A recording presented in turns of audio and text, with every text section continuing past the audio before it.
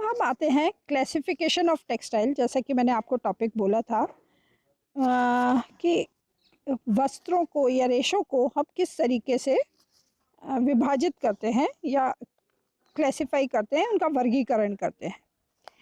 रेशे हम मूल रूप से दो प्रकार के होते हैं, नेचुरल रेशे और आर्टिफिशियल रेशे, है ना, कृत्रिम रेशे।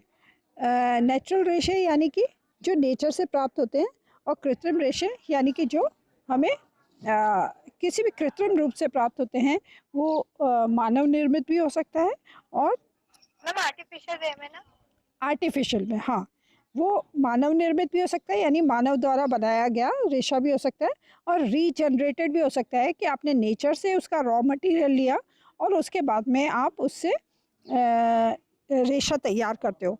लेकिन रॉ मटेरियल ऐसा नहीं होता जो पेड़ पौधों पे उगे या किसी जानवर से लिया हुआ हो, ऐसा नहीं होता। तो रेशे को हम मूल रूप से वस्त्र की इकाई कहते हैं। रेशा या तंतु वस्त्र की मूल इकाई है, या fibre is the basic unit of fabric. किसी भी कपड़े की जो हम सबसे सूक्ष्म जो उसका यूनिट या इकाई कहते हैं, वो रेशा होता है। ठीक है, और ये आप कैसे करोगे? कोई भी कपड़ा लेना या कोई भी धागा लेना, उसमें देखना, आप उसको तोड़ लेना, तोड़ के फिर आप देखना कि उसमें से बहुत सारे फुज्जीदार वो आ जाते हैं, जिससे कि आपको बहुत सारे रेशे रेशे उसमें से दिखाई देंगे। और वो रेशे जो है आपके बहुत सूक्ष्म होते हैं, देखने में नहीं आते, लेकिन आप कॉटन और वुल के रेशे को आप देख सकेंगे। सिल्क में से भी देखने की आप कोशिश करना, तो आपको समझ में आएगा रेशा कितना सूक्ष्म होता है और जिससे कितने बड़े बड़े कपड़े तैयार हो जाते हैं। ठीक है, ये रेशा हमें कहाँ से प्राप्त हो सकता है? ये हम जैसे जैसे क्लासिफाई करेंगे या वर्गीकरण करेंगे, उससे पता चलेगा कि कौन से सोर्स से। तो क्लासिफाई करने के दो तरीके हैं, एक तो है प्राकृतिक और कृत्रिम, जैसा मैंने पहले बताया, और दूसरा तरीका है कि ये सोर्स कहाँ से इसको प्राप्त किया जाता है, हम उसके अनुसार भी इसको वर्गीकरण कर सकते हैं। तो अब हम सबसे पहले आते हैं वनस्पतिक रेशे या प्राकृतिक रेशे में वनस्पति से प्राप्त होने वाले रेशों पर। इसमें प्राकृतिक रेशे जो हैं वनस्पति से जो प्राप्त होंगे, वो हैं किस किस रूप में प्राप्त हो सकते हैं? बीज वाले, जो बीज से कनेक्टेड रेशा हम लोग प्राप्त करते हैं, जैसे कपास, कपोक। ठीक है, कपास हम सबसे ज़्यादा काम में लेते हैं, कपोक हमारे कपड़े बनाने में काम में नहीं आता है, परंतु ये दूसरे। कपास क्या होता है? कपास मीन्स कॉटन, कॉटन समझते हो, रुई, है ना, लेकिन हम इसको कपास बोलते हैं। yes, रुई से जो मिलता है। फिर आता है कपोक, जो ये भी बीज से प्राप्त होता है, परंतु ये फैब्रिक बनाने में काम में नहीं आता, इससे दूसरी चीज़ें बनती हैं जैसे रस्सियाँ वगैरह, है ना। फिर आता है तने से प्राप्त होने वाले, तना यानी पेड़ का तना होता है ना, उससे प्राप्त होते हैं। उससे कौन से प्राप्त होते हैं? जैसे लिनन, जूट, हेम्प, रेमी, सन, मनीला, कॉयर। ठीक है, और ये आप पेज नंबर 43 पे अपनी बुक में देख सकते हो, अगर आपके पास में वस्त्र विज्ञान एवं परिधान की बुक है वृंदा सिंह की, तो वर्गीकरण वाले चैप्टर में आप इसको देख सकते हो अपने पास में।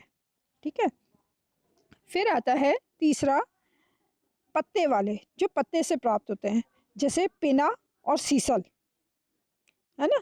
ये भी इसमें से, अब मैं जो प्राकृतिक या बीज ये जो वनस्पतिक रेशे हैं, उसमें से कपास, लिनन और जूट, केवल ये रेशे हैं जो हमारे वस्त्र बनाने में काम में आते हैं।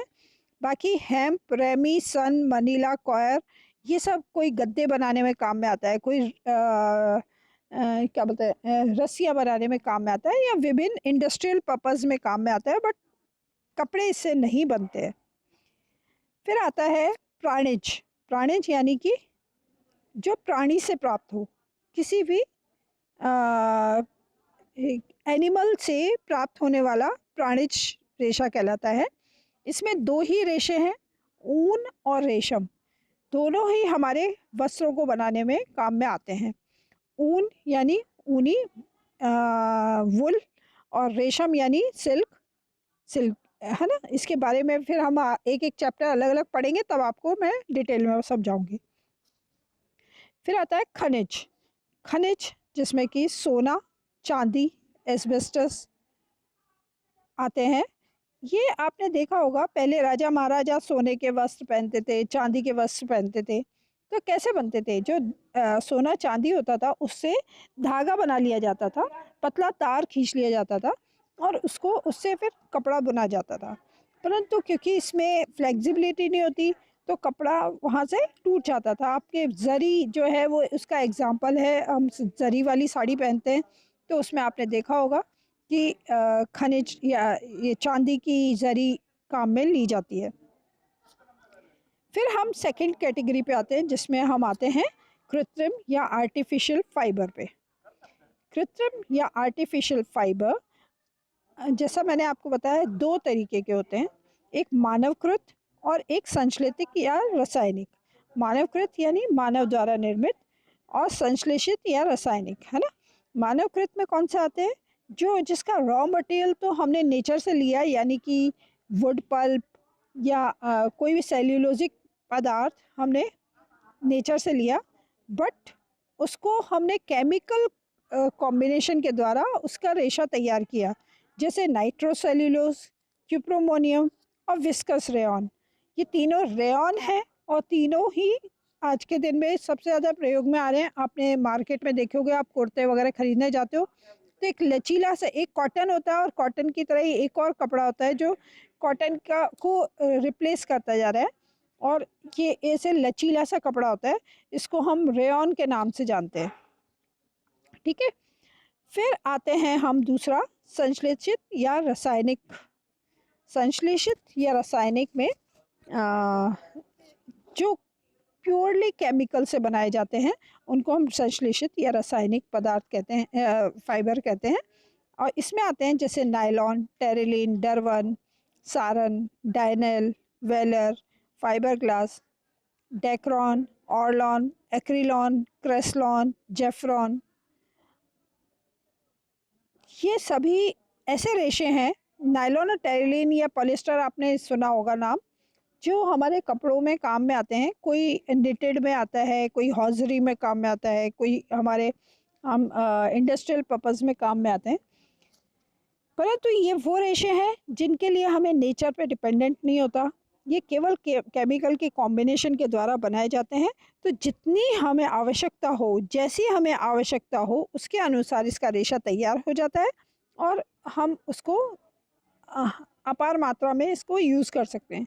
बट प्रॉब्लम है कि ढेर कपड़ा इकट्ठा हो जाता है, उसको रिसाइकिल नहीं किया जाता, तो वो भी एक तरीके से हमारे लिए कचरा इकट्ठा हो रहा है।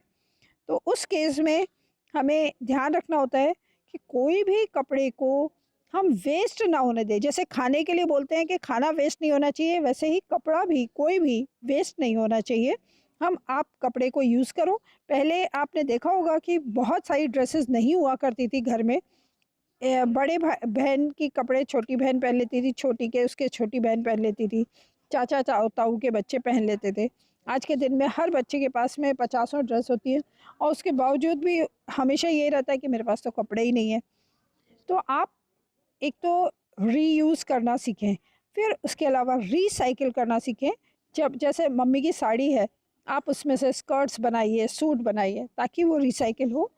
तो यानी कि मेरा कहने का मतलब है वेस्टेज कम से कम हो, क्योंकि कपड़ा आपको, आप पैसा है तो आप बहुत चीज़ें खरीद सकते हो, बट आप ये देखिए कि आप इको फ्रेंडली नहीं हो रहे। आप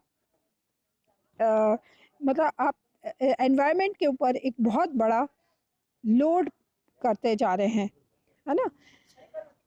अच्छा, अब इसके आगे आता है, ये मैंने इसलिए बताया आपको क्योंकि रासायनिक रेशे में पूरा टोटल रसायन से बना होता है, तो इसमें आपको कहीं लिमिटेशन नहीं होता कि आपको क्वांटिटी कितनी बनानी है। आप जितने चाहें क्वांटिटी आप उससे बना सकते हैं।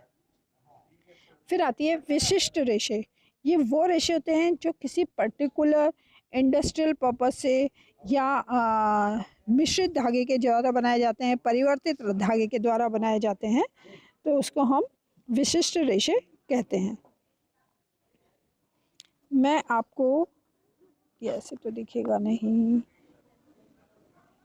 मैं एक मिनट आपको स्क्रीन दिखाने की कोशिश कर रही हूँ जिससे कि